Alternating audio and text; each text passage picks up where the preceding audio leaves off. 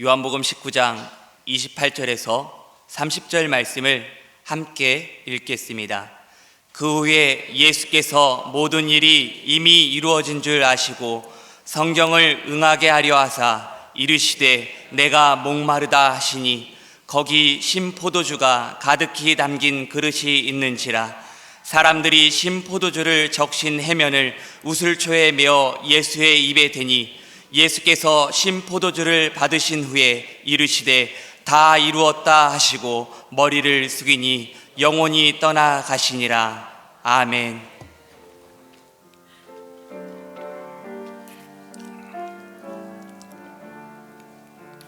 얼마나 아프셨나 못 박힌 그 손과 발 죄 없이 십자가에 매달리신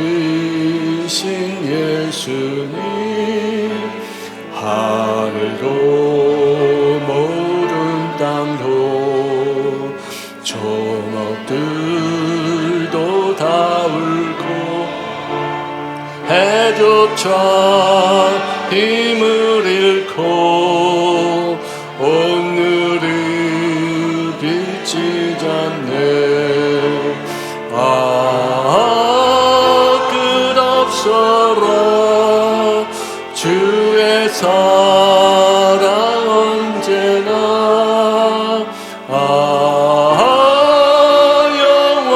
영원토록 구원의 감을 넘치네.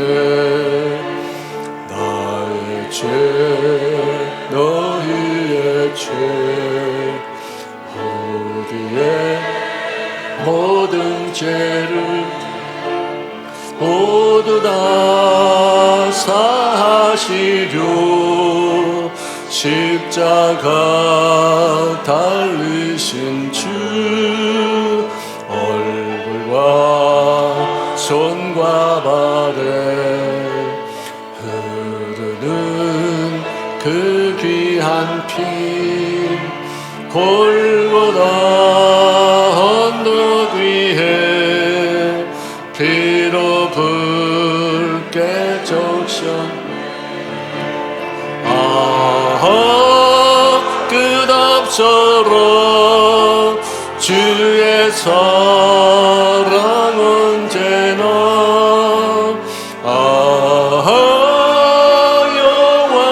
영원토록 구원의 감을 넘치네. 나의 죄 너희의 죄 우리의 모든 죄 모두 다 사하시려 십자가 달리신 주 얼굴과 손과 발에 흐르는 그 귀한 피 골고다 언덕 위에 피로 붉게 적셨네. 끝없어라 주의 사랑 언제나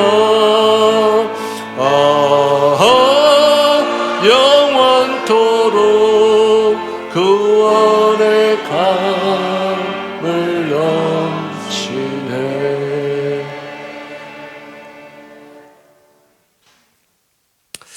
이 역사상 죄 없이 태어난 분이 있을지는 몰라도 고난을 겪지 않고 인생을 사신 분은 아무도 없습니다. 예수님은 하나님의 아들로서 이 세상의 구세주로 이 땅에 오셨는데 그는 죄 없이 오셨습니다. 그러나 그분조차도 십자가에서 고통을 당하셨습니다. 고난은 여러 가지 종류가 있지만 가장 대표적인 고난의 이유는 죄 때문입니다. 죄로 인해서 받는 고난이 참 범우주적인 것 아니겠습니까? 그 고통은 고통 그 자체 외에 다른 의미는 없습니다. 그래서 베드로전서 2장 20절에 보니까 죄가 있어 매를 맞고 참으면 무슨 칭찬이 있으리요. 즉 자기 자신만을 위한 이기적인 삶에 대한 응징이 바로 죄값입니다. 한마디로 말하면 그렇습니다. 남을 배려하지 않고 남의 유익을 추구하지 않고 자기 자신만의 유익을 추구하는 그 자체가 죄인 것입니다. 자, 그런데 또 나는 그러지 않았는데, 내가 이런 고통을 받을 이유가 없는데 하면서 억울하게 느낄 수 있는, 참 합리적으로 이치에 맞지 않는 그런 고난을 겪을 때도 있습니다. 또 어떤 고난은 자원에서 받는 희생적인 고난도 있어요. 오늘 베드로전서 2장 20절 후반부에는 선을 행함으로 고난을 받으면 고난을 받고 참으면 이는 하나님 앞에 아름다운 것이다. 예수님은 억울하게 고난을 받으셨고 그런 고난을 받을 만한 어떤 죄를 지은 적이 없음에도 불구하고 자발적으로 그 고난을 택하신 것은 오직 공의로 심판하시는 하나님 앞에 자기 삶을 부탁하시고 그분에게 맡겼기 때문에 가능한 것이었다는 생각이 듭니다. 요즘 우리 사회는 이 보복이 아주 팽배해요. 억울한 걸 못 참아요. 좀 억울하다, 이건 아닌데 좀 기다릴 줄 몰라요. 막바로 대처하고 막바로 원수의 칼을 꽂고, 근데 그것이 사회적으로만 일어나는 것이 아니라 교회 안에서도 일어나는 것이 참 문제예요. 교회 안에서 목사님들 사이에서도 그러니 성도님들 사이는 안 그럴 수가 있겠을까 하는 생각이 들어요. 당장 보복합니다. 너 나한테 옛날에 그랬지? 너 나한테 은혜 받을 생각하지 말라. 나에게 도움 청할 생각하지 말라. 다 너무 무서워요. 예수님의 고난은 당신이 이 땅에 오신 목적이 바로 고난받기 위해서 오셨다는 것을 알았던 그런 생애를 사셨어요. 그분이 제자들과 더불어 함께 예루살렘에 입성하신 후에 하신 말씀이, 인자가 이방인들에게 넘겨져서 나는 이제 희롱받고 능욕당하고 침뱉음을 당하게 될 것이다. 그들이 나를 채찍질 것이고 나를 죽일 것이지만 그러나 그가 반드시 사흘 만에 살아나게 될 것이다. 죽을 걸 하셨고 다시 살아날 걸 하셨어요. 그런데도 이 말씀의 의미를 무엇인지 제자들은 깨닫지 못하고 예수님의 왕이 되시면은 우리는 한 자리 해먹겠다. 누가 더 높아지느냐, 누가 좌측에 서냐, 누가 우측에 서느냐, 서로 자리다툼하면서 싸웠었어요. 자, 주님은 십자가에 못 박혀 죽으실 것을 아시면서도 그 길을 마다치 않고 한 걸음 한 걸음 뚜벅뚜벅 걸어가셨어요. 나쁜 일이 일어날 줄 알고도 하나님의 뜻이라는 것을 믿고 실행에 옮기는 신앙은 참 귀한 것이에요. 다니엘도 그를 모함해서 죽이려고 왕에게 간청해서 법을 세웠는데, 왕 외에 다른 신이나 다른 우상에게 절하는 사람은 사자굴에 집어넣읍시다 하는 그런 조서를 만들고 어인이 거기에 빵 찍혔어요. 근데 그것을 알고도 예루살렘을 향한 창문을 열고 전에 하던 대로 하루에 3번씩 무릎을 꿇고 기도하면서 그의 하나님께 감사하였더라. 참 나 같으면 그런 일이 가능할까요? 참 정말 우리가 따라가지 못할 만한 신앙의 우리 선배들을 우리가 볼 수 있어요. 또 그분은 죽을 때가 언제인지도 알고 있었고 고난받을 때가 언제인지도 알고 계셨어요. 만사의 때가 있었습니다. 우리도 그 때를 좀 알아야 되는데, 저는 어떤 책에서 어떤 목사님께서 사경을 헤매다가 혼수 상태에 빠졌는데 며칠 동안 혼수 상태에 빠졌다가 이렇게 눈을 떠보니까 자기 팔뚝에 수혈하는 그 관이 이렇게 주사기에 꽂혀 있더래요. 그래서 그걸 빼면서 이 사람들아, 지금도 피가 없어서 죽는 젊은이들이 많이 있는데 왜 이 노인에게 피를 낭비하냐. 나는 때가 지금은 주님의 부르심을 받을 때 아닌가 하고서 천국에 가셨다는 내용을 듣고서 참 충격받았어요. 어느 누구도 생명을 좀 더 살려고 하는데 5분이라도 10분이라도 더 살고 싶어 하는데 그분은 때를 아셨기에 쓸데없이 이렇게 낭비하지 말라. 그래서 주님의 부르심을 받았어요. 주님께서도 마태복음 26장 46절에 이제는 자고 쉬어라. 보라, 때가 가까이 왔으니 인자가 죄인의 손에 팔리노니라.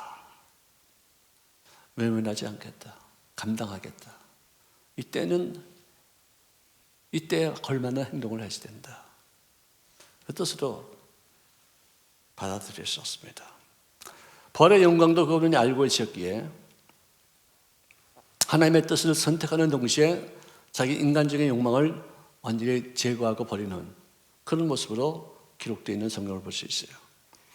누가복음 9장 51절에 예수께서 승천하실 기약이 차감해, 즉 아직 못 박히지도 않았는데 부활하시고서 승천할 그때를 벌써 바라보시고서 예루살렘으로 향해서 올라가기로 굳게 결심하셨더라고 기록합니다. 참 대단한 어떤 일이다. 고난과 역경은 우리가 굳게 결심해서 피할 수 있는 것이 아니다 생각이 들죠. 어쨌든 고난을 외면하지 않으시고 이것이 나에게 정해진 하나님의 뜻이라면 감당하겠다는 어떤 그런 마음 자세가 있었어요. 그분이 수단을 받으신 그것은 육체적인 어떤 고통도 참 많이 받으셨어요.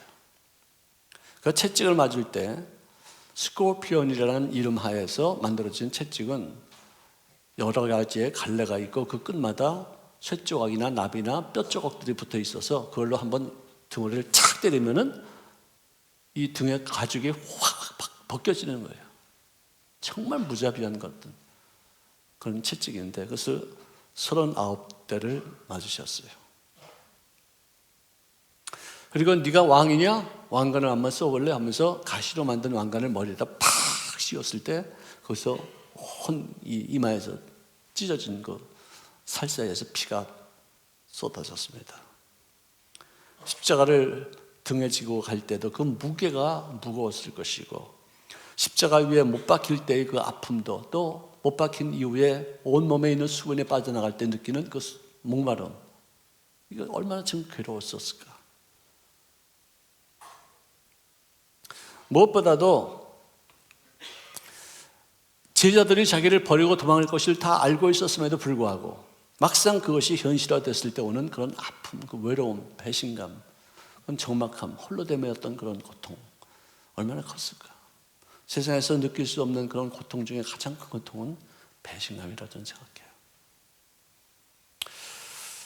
주님, 저는 주님께서 죽으시면 그 자리까지 가겠습니다. 옥에 갇히시면 저도 거기 가겠습니다 하고서 베드로는 아주 혼장담하고 또 자기가 그럴 줄 확실하게 믿고 입술로 선포했었어요. 그때 하는 말씀은 아니다.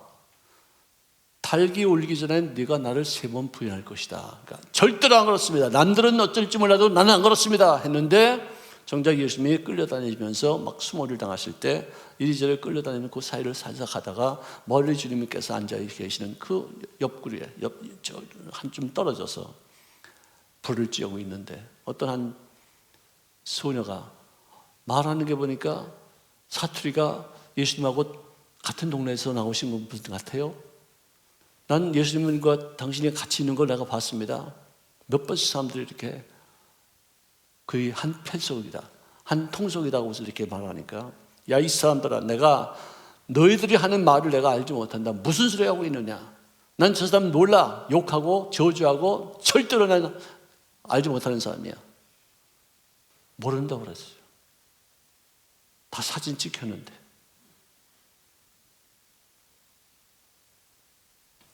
그럴 때 멀리서 달기 꼭기요 3번 울었어요.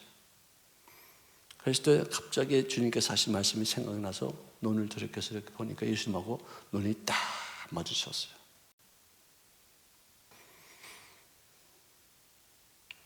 주님께서 이렇게 쳐다보면서 내 말이 맞았지? 내가 그랬잖아. 너 나 배신한다고. 탓하지 않아. 인간은 그렇게 약해. 살고자 그랬지? 그래. 좀 지나서 네가 성령으로 충만함 받으면은 내가 한 말이 다 기억날 것이고 내가 너희들에게 준 그 모든 사명을 감당하기 위해서 너는 최선을 다해 목숨을 바치면서 복음 전파의 일부를 담당하게 될 거야. 다. 비난도 아니고 용기와 위로를 주는 말씀이요, 그 눈빛이었었어요. 뭔지 모르지만 베드로는 바깥에 나가서 자기가 어떻게 이런 인간이 될 수 있겠는가, 이런 아주 나쁜 놈, 어떻게 주님을 이렇게 부인할 수 있겠는가 싶어서 통곡하고 심히 울었다고 기록합니다. 우리들의 모습과 뭐 별 차이 없겠죠.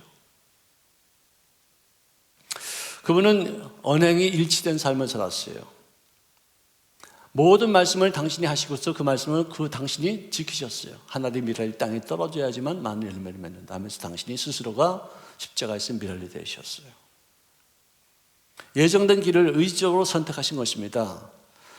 가롯 유다에 대해서도 인자는 자기에 대해서 기록된 대로 가거니와 그를 파는 너 유다, 이 가롯 유다야, 너에게는 화가 있을 것이로다. 어떻게 너 태어나서 그런 역할을 감당하냐? 좀 좋은 일들을 좀 하지. 왜 나를 배신하는 그 역할을 감당해서 나는 하나님의 정하신 대로 그 길을 가서 사람들의 희생물이 되어지고 대속물이 되어진 바 되어 십자가에서 못 박혀 죽고 많은 후손들에게, 많은 믿는 사람들의 죄를 사하게 하는 어떤 대속물이 될 수 있는 것, 이것은 정해진 이치지만 너는 어떻게 그런 일에 쓰임받느냐? 여러분들, 우리가 어떤 일에는 반드시 배역이 있어요. 우리 좋은 일을 위해서 쓰임받는 인생을 사시기를 주의 이름으로 축원합니다. 나쁜 일은요, 누가 총대를 메고 그 사람이 할 수 있어요. 나는 그런 데 쓰임받고 싶지 않아요. 어떤 사람이 실패했어요. 그 사람을 비난하는 사람도 필요해요. 그 사람에게 용기를 주는 사람도 필요해요. 그 사람을 욕하는 사람도 필요하고 그 사람에게 위로를 주고 소망을 주는 사람도 필요해요. 그러면 나는 어떤 일에 쓰임받겠느냐? 우리 잘 결정해야 돼요. 난 가련 여자 같은 일에 쓰임받고 싶지 않아요. 왜 그런 일에 총대를 맵니까? 병정들에게 침뱉음을 당했습니다. 손으로 막 때리면서 네가 선지자라면 누가 너희 뺨을 친지 알지 않겠느냐? 시험을 막 뽑았습니다. 그리고서는 그 새벽에 끌려다니면서 그 많은 호수아비들에게 심문을 받으셨습니다. 그들은 서로 원수 사이였지만 심판 당일에는 하나가 되는 그런 가증한 것을 보여주고 있어요. 여러분, 하나님의 인간이 죄를 지었을 때 그 전에는 땅에 생육하고 번성하고 땅을 채우고 충만하고 다스리고 정복하라, 정말 좋은 얘기를 축복하셨어요. 근데 죄를 짓자마자 땅이 너에게 가시덤불과 엉겅퀴를 낼 것이다. 이건 저주예요. 여러분을 남에게 잘되게 하기 위한 건 축복이고 못되기를 바라서 하는 것은 욕이요, 저주예요. 영어는 curse라는 말이 저주가 되지만 욕이라는 뜻하고 똑같아요. 일본 말도 똑같아요. 욕이란 말과 저주란 말. 근데 우리는 저주는 뭐 쌍욕을 하고 아주 그냥 뭐 형편없는 어떤 그런 단어로만 여기지만 욕하는 것들, 이를 빌어먹을 놈아, 깡통찬, 이거 다 저주예요. 욕이지만 저주예요. 네 얼굴에 땀을 흘려야지 먹을 것이다. 결국 너는 너희를 취했던 그 땅, 그 흙으로 돌아갈 것이다. 저주예요.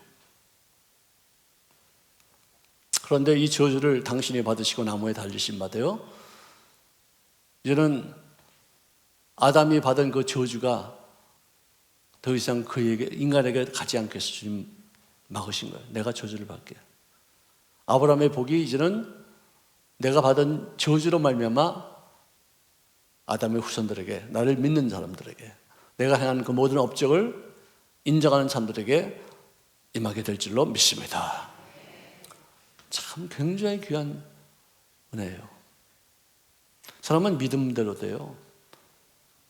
주님이 나를 위해서 저를 받으셨기 때문에 나는 저주받을 필요가 없다. 나는 잘 살 이유가 있다. 나는 부자가 될 건덕지가 있다. 나는 소망이 있다. 이러면 진짜 그렇게 되는데, 우리 조상들이 지은 죄값이 있다.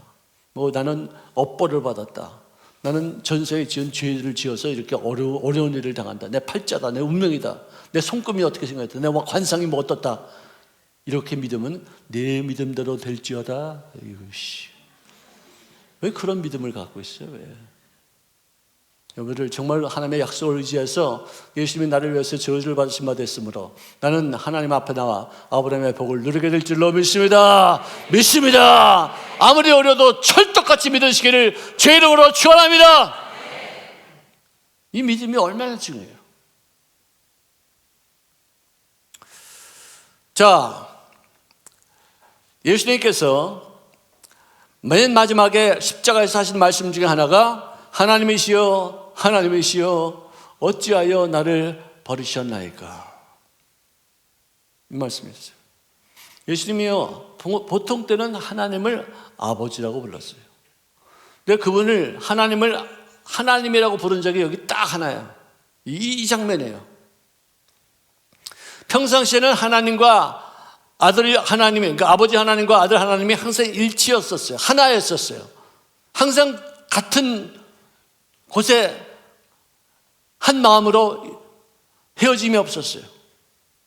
근데 그때 십자가에서 못 박혀 돌아가실 때는 온 인류의 죄값을 한 몸에 걸머지고 하나님 앞에 심판의 대상이 되어서 죽임을 당하는 상황이었기 때문에 하나님 보시기에도 너무나도 추하고 너무나도 더럽고 냄새나고 역겨워서 같이 있을 수가 없었어요. 왜? 그 거룩하신 하나님이 온 인류의 죄를 감당하기 위해서 그 죄덩어리가 된 그분하고 같이 있을 수가 없어서 떠나는 거예요. 버림받는 거예요. 심판받는 거예요. 기가 막힌 얘기죠. 역사의 시공간을 초월한 그 순간, 단 한순간도 서로 결별한 적이 없는데 이때는 인류의 죄값을 감당하기 위한 죄덩어리 더럽고 추악한 역겨운 존재였기 때문에 하나님이 떠날 수밖에 없었어요. 버림당할 수밖에 없었어요. 여러분들, 죽음은요 없어지는 게 아니에요. 죽음은 결별하는 거예요. 헤어지는 거예요. 떨어지는 것이 이게 히브리서의 원어에 나오는 죽음의 의미예요. 내 몸과 영혼이 떨어지는 것, 이게 죽음이에요. 영적인 죽음은 뭐냐? 하나님과 헤어져서 지옥 가서 만나지 못하는 것, 이게 죽음이에요. 정말 무서운 죽음이죠. 둘째 죽음이라고 그래요. 이걸 당하셨어요. 하나님 앞에 버림받으셨어요. 모든 이유가 이사야서 53장 6절에 보니까 우리는 다 양 같아서 그릇 행하여 각기 제 길로 갔거늘. 삶의 어떤 기준점이 없습니다. 이것이 선이고 이것은 나쁜 거다, 이건 좋은 거다, 기준점이 없어요. 내가 보기에, 내가 느끼기에, 내 어떤 감정에 의해서 내가 이건 좋다, 이건 선하다, 내가 유익하면 이게 좋다, 이거 내가 손해봤다, 이건 나쁜 놈이다, 이렇게 판단하는 게 인간이에요. 깡패들은요, 내가 사람 하나 죽일 테니 네가 나 대신 감옥에 좀 가서 좀 살래? 오케이. 의리 기가 막힙니다. 살인자를 대신해서 자기가 살인했다고 고백하고서 감옥에 가서 5년 10년 동안 살아요. 그동안에 집안 식구들 다 돌봐줘요. 의리 끝내줍니다. 그렇지만 진리는 아니에요. 그것은 악한 일이에요. 자기들끼리는 뭐 좋다, 의리 있다, 뭐 서로 신의가 있다 이렇게 말할지 몰라도 하나님 보시기에는 그건 엄청난 죄예요. 요즘은 경제가 발전하다 보니까 돈이 제일 중요하다고 여겨요. 인간관계보다도 하나님의 어떤 섭리보다도 더 중요한 것이 뭐냐? 돈이에요. 나에게 유익이 되면 내 친구고요, 나에게 손실을 끼치면 원수예요. 누가 잘했다 잘못했다가 아니에요. 말씀에 의해서 어떤 기준치가 없어요. 자기 감정이, 자기 어떤 유익이, 이게 기준치가 되었어요. 이런 인생들을 주님께서 보시고 양 같아서 그릇 행하여 각기 자기 길로 갔다 이거예요. 자기가 선하다는 것, 자기가 판단하기에 이게 옳다는 것을 그 길로 갔다 이거예요.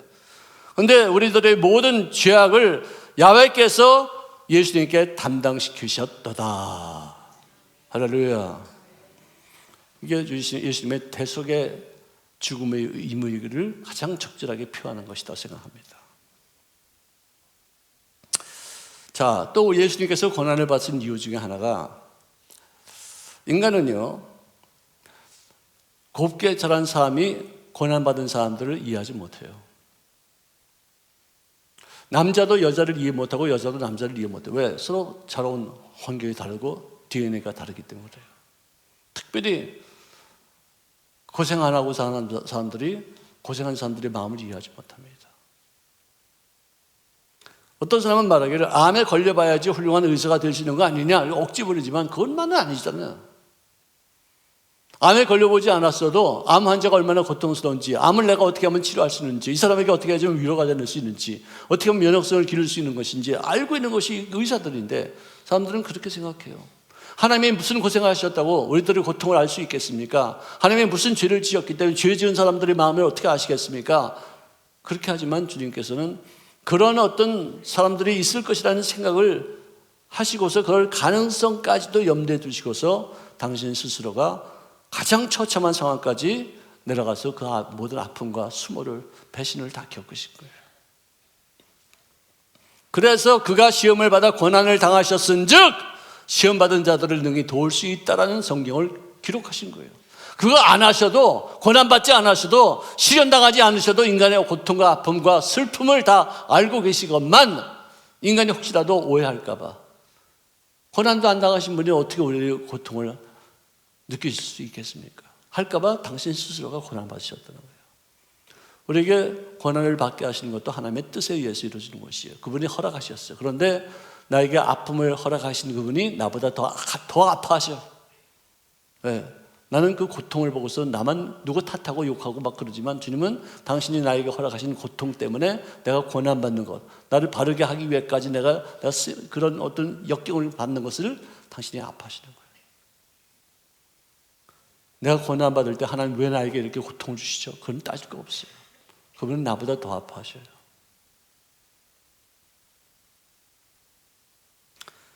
제가 어느 곳에서 목회를 할 때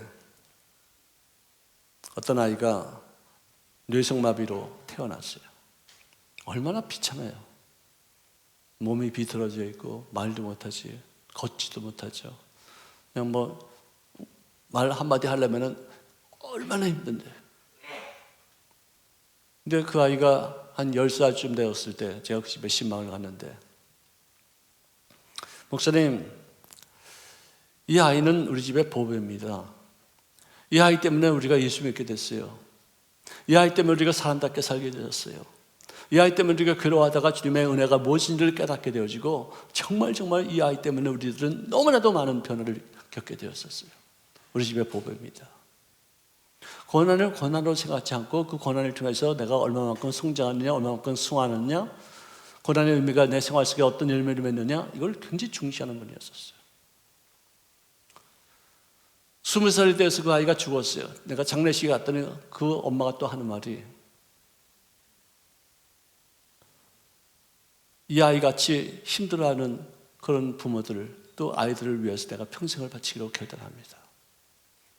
어떻게 이 아이가 우리 집에 태어나서부터 우리 집의 경제력이 또 많이 좋아졌는데 그 돈을 헛되게 쓰지 않고 우리 아이들 같이 고생하면서 세상을 살아가는 아이들을 위해서 쓰겠습니다. 참 정말 감동받았어요. 고난의 의미를 깨닫는 사람들이에요. 고난을 팔자로 여기지 아니하고 그 고난을 통해서 하나님의 원하신 바의 뜻이 무엇인지를 체험한 사람들이에요. 유명한 과학자여 철학자인 신앙인 파스칼은 말합니다. 우리는 항상 지금 어렵고 괴로울 때 힘들어도 앞으로는 좀 더 좋아지겠지, 그런 기대심에서 산다. 아들, 딸 다 길러놓으면 좋아지겠지, 결혼시키면 좀 행복해지겠지, 좀 더 좋은 집에서 살면 더 행복해지겠지, 좀 높은 자리에 올라가면 좀 더 낫겠지 라고 하지만 정말로 높은 자리에 올라가도 행복하냐? 집 크게 좀 늙었다고 해서 행복하냐? 애들 결혼시켜서 행복하냐? 막연하게 기대심을 갖고 미래에 행복해지게 하겠지 않은 사람은 평생 행복하지 못하다 이거예요. 지금 당장 아무리 어려워도 힘들어도 고난 중에도 내가 어떻게 하면 행복할 수 있을까? 어떻게 생각해야지만 내가 행복하는 것일까를 알고서 지금 당장 행복하기로 결단해야지 어느 상황이든지 미래에 어떤 상황이 있든지 간에 행복을 유지할 수 있다는 것이 굉장히 귀한 말이라고 저는 생각해요. 지금 불행하면 앞으로 무슨 좋은 일이 생겨도 불행해요. 지금 행복하면은 아무리 어려운 일이 생겨도 항상 행복을 유지할 수 있어요. 결단입니다. 행복은요, 결심입니다. 행복하기로 결심하시기를 바랍니다. 행복하기로 작정하시기를 바랍니다. 어떤 상황이 와도 나는 행복하다. 이걸 통해서 나는 더 좋아진다. 이 고난은 나를 슬프게 만들기 위한 것이 아니라 하나님의 뜻을 이루기 위한 하나님의 섭리와 뜻이 있는 줄로 믿습니다. 이렇게 해야 돼요. 오늘 아침에 신문을 보니까 중국 산시성이라는 곳에 시안이라는 동네가 있는데 거기서 한 고등학생이 대학 시험을 치다가 낙방했어요. 돌아가신 아버지가 생각이 났어요. 아버지가 살아계셨으면 나에게 위로해 줄 텐데. 그래서 무심코 옛날에 내가 기억하던 아버지의 전화번호를 찾아서 문자를 넣었어요. 아빠, 나 시험에서 떨어졌어요. 뭐 내가 전혀 예기치 못한 일은 아니지만 좀 더 공부를 했었으면 안 그랬을 텐데 저 재수하려고 합니다. 반드시 내가 좋은 학교에 들어가서 아빠에게 큰 선물이 되겠습니다. 썼는데 얼마 있어서 답장이 온 거예요. 답장. 이게 웬일인가요? 아버지는 돌아가셨는데. 내가 거기다 뭐라고 썼냐면은 걱정하지 말라 아들아. 누가 항상 성공할 수 있겠느냐? 넌 실패로부터 성장해서 결국엔 최고가 될 거야. 난 내 아들이 가장 대단한 사람이라고 믿고 있어. 아빠도 내가 보고 싶단다. 근데 어떤 사람이 자기 휴대폰에 그런 문자가 들어온 걸 가만히 읽어보니까 어떤 청년이 쓴 것으로 보여지는 거예요. 아빠는 돌아가셨다 싶어요. 그래서 내가 나라도 아버지인 척하면서 보내줘야 되겠다. 나라도 한마디라도 해서 그 아이들에게 위로를 드려야겠다고 해서 보내준 거예요. 정말 좋은 사람이에요. 가슴이 찡해요. 얼마나 이 감동이 됐으면 중국 전체에서 하루 이틀 만에 1억 명이 그걸 다 봤어요. 1억 명이 봤어요. 너무 감동스러웠어요.